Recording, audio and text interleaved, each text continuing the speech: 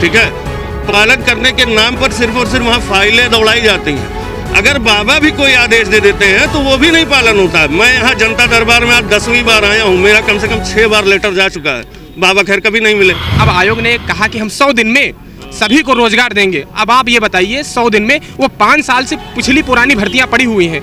पहले आप सोचेंगे पहले पुरानी भर्ती फाइनल करें ना, आप नया विज्ञापन निकालें, कम से कम जो पुरानी भर्तियां उनको हम समाप्त करके जल्दी फाइनल करें, चाहे वो जो भर्ती हो। आप प्रवीण कुमार इस्तीफा दे किसी तरीके से, उसकी बात माननीय योगी आदित्यनाथ जी की भी प्रवीण कुमार बात नहीं। 6500 का मामला है, इसका राज्य पिछड़ा वर्ग आयोग ने भी आदेश दिया है 15 दिन में पालन करने के लिए, देख लिए, लेकिन अभी तक इसका कोई भी पालन नहीं हुआ। हम मानसिक प्रताड़ित हैं, पीड़ित हैं, आत्महत्या करने को मजबूर हैं, रोटी रोटी के लिए मोहताज हैं। जनता दरबार में बड़ी संख्या में लोग आए हैं अपनी समस्याओं को लेकर। यहाँ पे 69,000 शिक्षक भर्ती में जो 68,500 हाल में सीटें दी गई थी, उसके भी कुछ अभ्यर्थी आए हैं। क्या नाम है? मैं भोलानाथ भारती नाम है। मैं गाजीपुर से आया हूँ, जनता दरबार में आया हूँ कि जो है सरकार ने 5 जनवरी को जो लिस्ट जारी की थी, अभी तक उसकी कार्रवाई नहीं हुई। नियुक्ति जो है हम लोग जो 2 महीने से जो है चुनाव में सरकार फंसी रहे, जिसकी वजह से नियुक्ति नहीं मिल पाई है। तो हम इस गवर्नमेंट से जनता दरबार में यही मांग करने आए हैं कि हमको जल्द से जल्द न्याय मिले। और गवर्नमेंट 6800 सीटों पर जो नियुक्ति होनी थी, हाँ 6800 जो 5 जनवरी को जो सूची जारी हुई थी उसी की, और उसमें जो सारे शेड्यूल जारी हो गए थे, लेकिन शेड्यूल जारी होने के बाद भी जो है अभी तक हम लोग को उसमें सारे नियुक्ति के और के प्रोसेस सब हो गए थे, लेकिन अभी तक हम लोग को नियुक्ति नहीं मिली है। हाँ, ये मैम 69,000 शिक्षक भर्ती में मैडम जो आरक्षण वाले मामला था, उसी से क्या है पूरा मामला?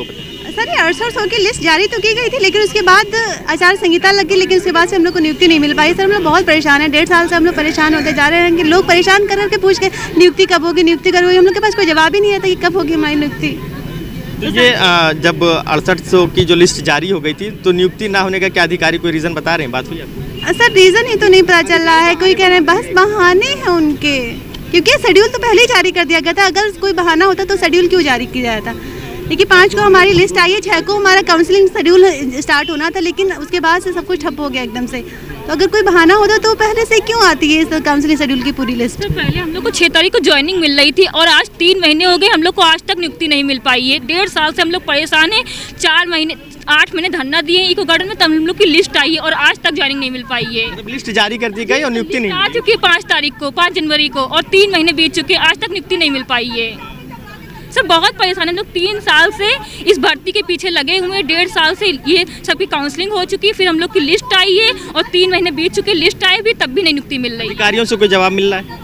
सर अधिकारियों से कोई जवाब नहीं, उनके पास जाते हैं तो वो कहते हैं आपका काम हो रहा है, लेकिन आपकी लिस्ट आ चुकी है तो आपको ज्वाइनिंग मिलेगी, लेकिन कब मिलेगी ये नहीं पता है, कब मिलेगी।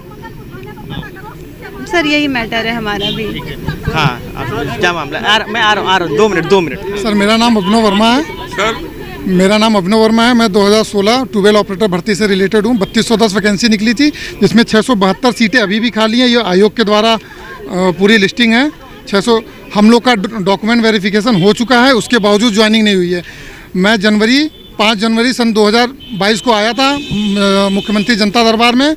वहाँ पे मैंने लिखा तो उन्होंने साफ साफ मुझे ये बताया कि यह आयोग क्षेत्र में आता है। आयोग के पास जाइए, UPSSC आयोग जाइए, तो वो कहते हैं सिंचाई विभाग मुझे अगर बच्चे की संख्या मतलब जो वैकेंसी सीटें हैं उस पर बच्चों कैंडिडेट मांगते हैं तो मैं ज्वाइनिंग करूंगा। और आयोग के पास जाए तो वो कहता है वो अधिकार क्षेत्र उनका है। मतलब एक दूसरे के ऊपर आरोप प्रत्यारोप कर रहे हैं। ये देखिए साफ साफ लिखा हुआ है मुख्यमंत्री आयोग द्वारा। आपका क्या मामला? ठीक। सर मेरा नाम पवन कुमार। सर 3 साल सर मेरा नाम पवन कुमार वर्मा है। मैं जब कोचिंग से लौट रहा था, मेरे भाई को मार रहे थे। जब मैंने उसको गया बचाने तो वो लोग हमें कहाँ से? बझान से आए हैं, गांव बझान से। जब मैंने उसे गया बचाने तो वो लोग हमें पकड़ लिए और बल्लम से सर पर मारे। सुनवाई नहीं हुई थाने पे? ठीक है। क्या नाम है मैडम? कहाँ से? सर लक्ष्मी सिंह। कहाँ से आई? क्या सर हमारी समस्या है, हमारी UPSSC की भर्ती है मंडी परिषद 2018 की भर्ती सर, लेकिन इस भर्ती को पूरा नहीं कराया जाता है। हम लोग जब भी आयोग जाते हैं तो हम लोग को हड़का के डांट के भगा दिया जाता है।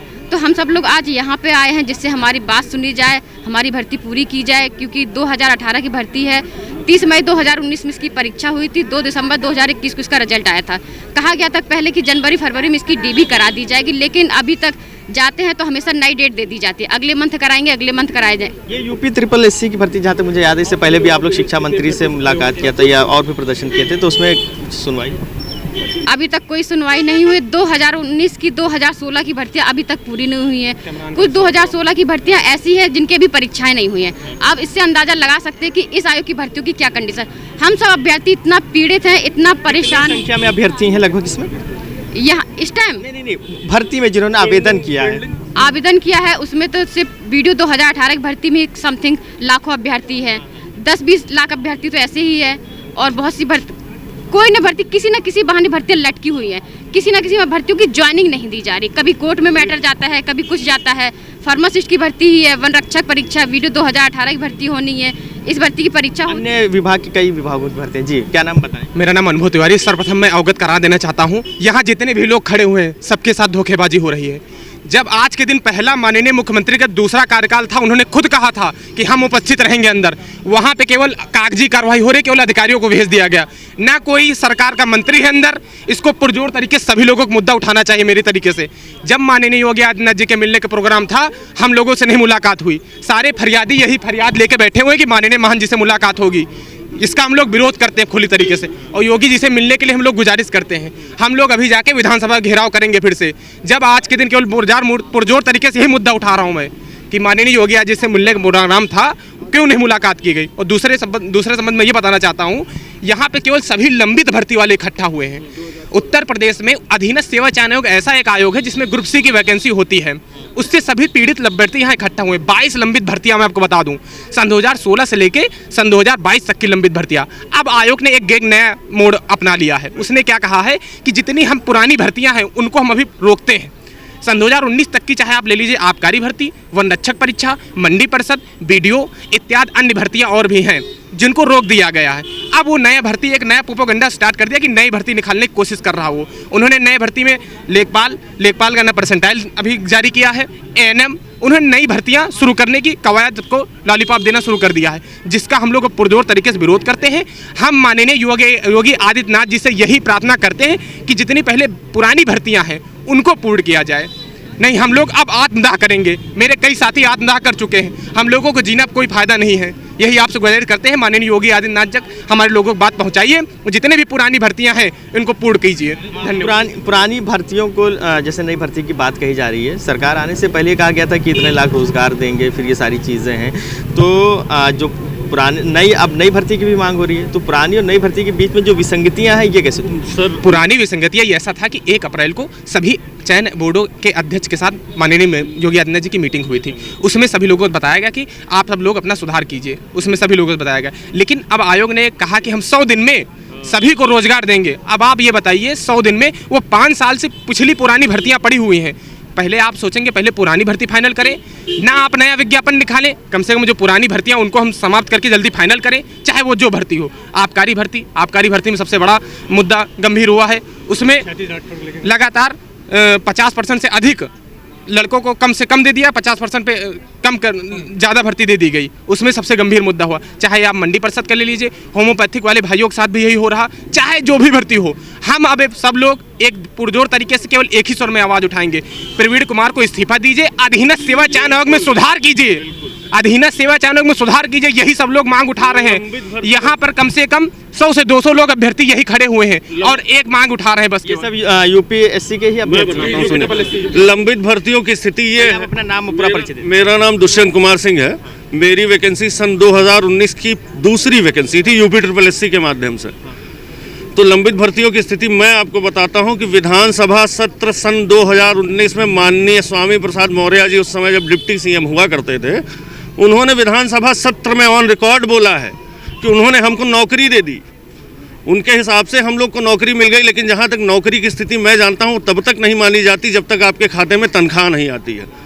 ठीक है ना, हम लोग का डॉक्यूमेंट वेरिफिकेशन हुआ था, कुछ भी नहीं हुआ था। उसके बाद भी माननीय उप मुख्यमंत्री जी इतना बड़ा पद रखते हुए भी, अपने पद की गरिमा ना पहचानते हुए भी सदन में झूठ बोलते हैं। और स्थिति यह है कि जब हम सभी भाई लोग जब आयोग जाते हैं तो वहाँ पहले तो बगल के थाने में फ़ोन करके हम लोग के ऊपर दबाव बनाया जाता है कि आप प्रांगण खाली कर दीजिए, नहीं आपके साथ अच्छा नहीं होगा। फिर उसके बाद जब उपस्थिति बहुत ज़्यादा बढ़ जाती है लड़कों की, तो सचिव महोदय एक नया लॉलीपॉप लेकर के और हम लोग को थमा देते हैं, कहते हैं कि ये लीजिए, आपकी भर्ती में कोई ना कोई प्रगति अवश्य होगी। लेकिन मैं खुद भुक्तभोगी हूँ।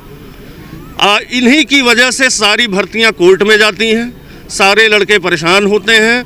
और जवाबदेही इस प्रकार की है कि आप अगर वहां जवाब मांगने जाएंगे तो कतई कभी भी संतुष्ट होकर के नहीं सवाल खड़ा होता है कि चाहे यूपी SSS के अभ्यर्थी हो, चाहे वो शिक्षक भर्ती के अभ्यर्थी हो, कोई भी अभ्यर्थी हो, मामला चाहे कोर्ट में जाता है या फिर सरकार की तरफ से डिले होता है, पिस्ता अभ्यर्थी है।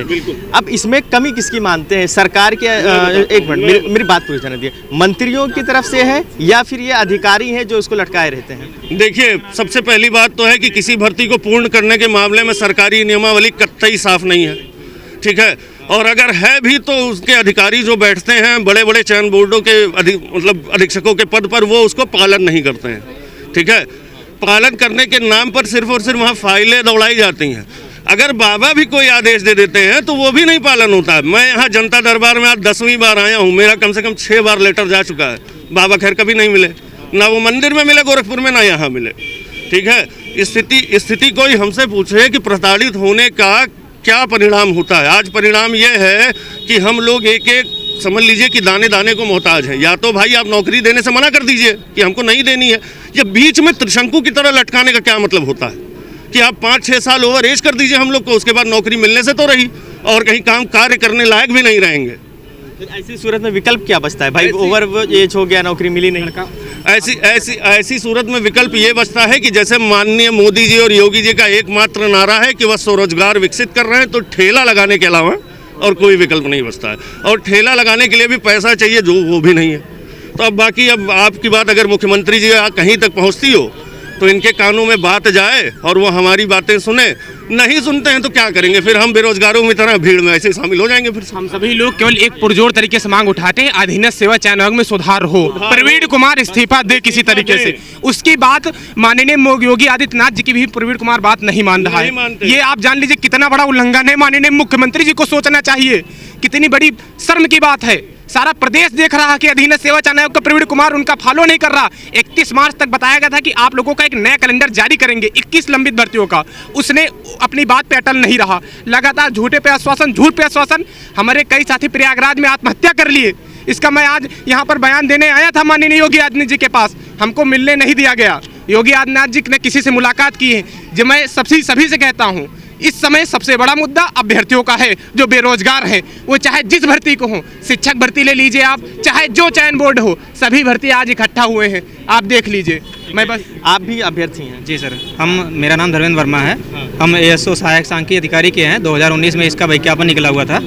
904 पोस्ट है, 10,144 टोटल सिर्फ फॉर्म पड़े हुए हैं। और दूसरा इसका ये है कि ये स्पेशल वैकेंसी, इसमें PG मांगा है प्लस O लेवल मांग रखा है। तो हम सब किसी और वैकेंसी की तैयारी कर भी नहीं पा रहे हैं। इसके अलावा अभी क्या दिक्कत क्या आ रही भर्ती? अभी दिक्कत ये आ रही कि हम सबको 3 बार डेट दे चुके हैं। इसके बाद इन्होंने डेट दे कि इसके बाद एग्जाम। डेट किस चीज़ की दी थी? एग्जाम की? और एग्जाम नहीं हो, एग्जाम नहीं करा रहे हैं। और इसके बाद हम सब 10 से 11 बार विज्ञापन दे चुके हैं यहाँ पे अधीनस्थ में। ठीक है, आपका ठीक आ रहे क्या नाम है?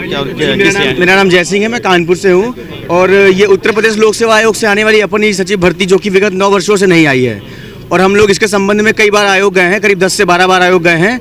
और आयोग से यही आश्वासन मिला है कि भर्ती शासन से लंबित है। और हम लोग शासन भी कई बार गए, लेकिन इसकी कोई सुनवाई नहीं हुई। शासन के कार्मिक विभाग अनुभाग 2 में जो है भर्ती लंबित है। तो हम लोग आज भी आए, जैसे पता चला कि माननीय मुख्यमंत्री जी नहीं है, तो ये गलत है। और आप लोग जो है ये आवाज़ जो है हम लोग की उन तक पहुँचाइए, और उन तक ये बात पहुंचाइए कि जो अपनी सचिव भर्ती विगत 9 वर्षों से लंबित है, इस पर ध्यान देके 2022 का विज्ञापन जारी कराएं। भर्ती वाला यहाँ पे भर्ती वाला, हाँ, 68,500 शिक्षक भर्ती 9 जनवरी 2018 को इसका शासन आदेश जारी हुआ था, जिसमें OBC एक्स सर्विस में फ्रीडम फाइटर और विकलांग व्यक्ति को आरक्षण से ही बाहर कर दिया, जिसकी लड़ाई हमने 4 वर्ष लड़ी। इसके बाद आयोग ने आर्डर दिया, इसका राष्ट्रीय पिछड़ा वर्ग आयोग ने आर्डर दिया, ये रहा कि इनको जो 5% छूट होती है एक्स सर्विसमैन, विकलांग और PH को, OBC को, वो दी जाए और 15 दिन में इनको रिजल्ट संशोधित करके इसका आदेश पालन किया जाए। ये 69,000 शिक्षक भर्ती में जो 68,500 नहीं, हमारी 68,500 2018 में निकली थी। ये 69,000 मामला अलग है, ये 68,500 का मामला है। इसका राज्य पिछड़ा वर्ग आयोग ने भी आदेश दिया है 15 दिन में पालन करने के लिए। देख लीजिए, लेकिन अभी तक इसका कोई भी पालन नहीं हुआ। हम मानसिक प्रताड़ित हैं, पीड़ित हैं, आत्महत्या करने को मजबूर हैं, रोटी रोटी के लिए मोहताज हैं। 68,500 में कितने अभ्यर्थी? लगभग 4,000 अभ्यर्थी और 23,000 पद भी रिक्त हैं। देखिए ये पद का ब्यौरा है जिसमें 23,000 पद रिक्त हैं, लेकिन इसमें कोई भी सुनवाई नहीं है। एक स्टेप कार्रवाई भी हुई है, यहाँ से संयुक्त शिक्षा निदेशक से कार्रवाई हुई है, लेकिन इस एक स्टेप के बाद कोई कार्रवाई नहीं बढ़ी। हम माननीय मुख्यमंत्री योगी आदित्यनाथ जी से विनम्र निवेदन करते हैं कि हम बेरोजगारों को रोजगार दिया जाए। जब हमारा आदेश है तो आदेश का पालन किया जाए और माननीय राष्ट्रीय पिछड़ा वर्ग आयोग और राज्य पिछड़ा वर्ग आयोग का सम्मान किया जाए। तो ये आज जनता दरबार का पहला दिन था और जो यहाँ पे बड़ी संख्या देखने को मिल रही है वो बेरोजगारों की मिल रही हो। प्रदेश कोई भी हो, बेरोजगारों की स्थिति एक जैसी है। सरकार आने से पहले जो दावे और वादे किए जाते हैं, जब वो दावे और वादे रोजगार की फील्ड में पूरे नहीं होते हैं तो युवाओं के सामने मायूसी के अलावा और कोई ऑप्शन नहीं बचता है। ये तमाम वो अभ्यर्थी हैं जो यूपी SSS के हैं, शिक्षक भर्ती के हैं, अन्य तमाम भर्तियों के हैं, जो आज सीएम योगी के पास अपनी फरियाद लेकर पहुंचे थे। हालांकि मुख्यमंत्री से अभी इनकी मुलाकात नहीं हुई है। अब देखने वाली बात ये काफ़ी अहम होगी कि कब सीएम इनसे मिलेंगे और कब इन्हें रोजगार उपलब्ध कराएंगे। वीडियो जर्नलिस्ट सनी गुप्ता के साथ फरीदुल हसन, #भारत न्यूज़।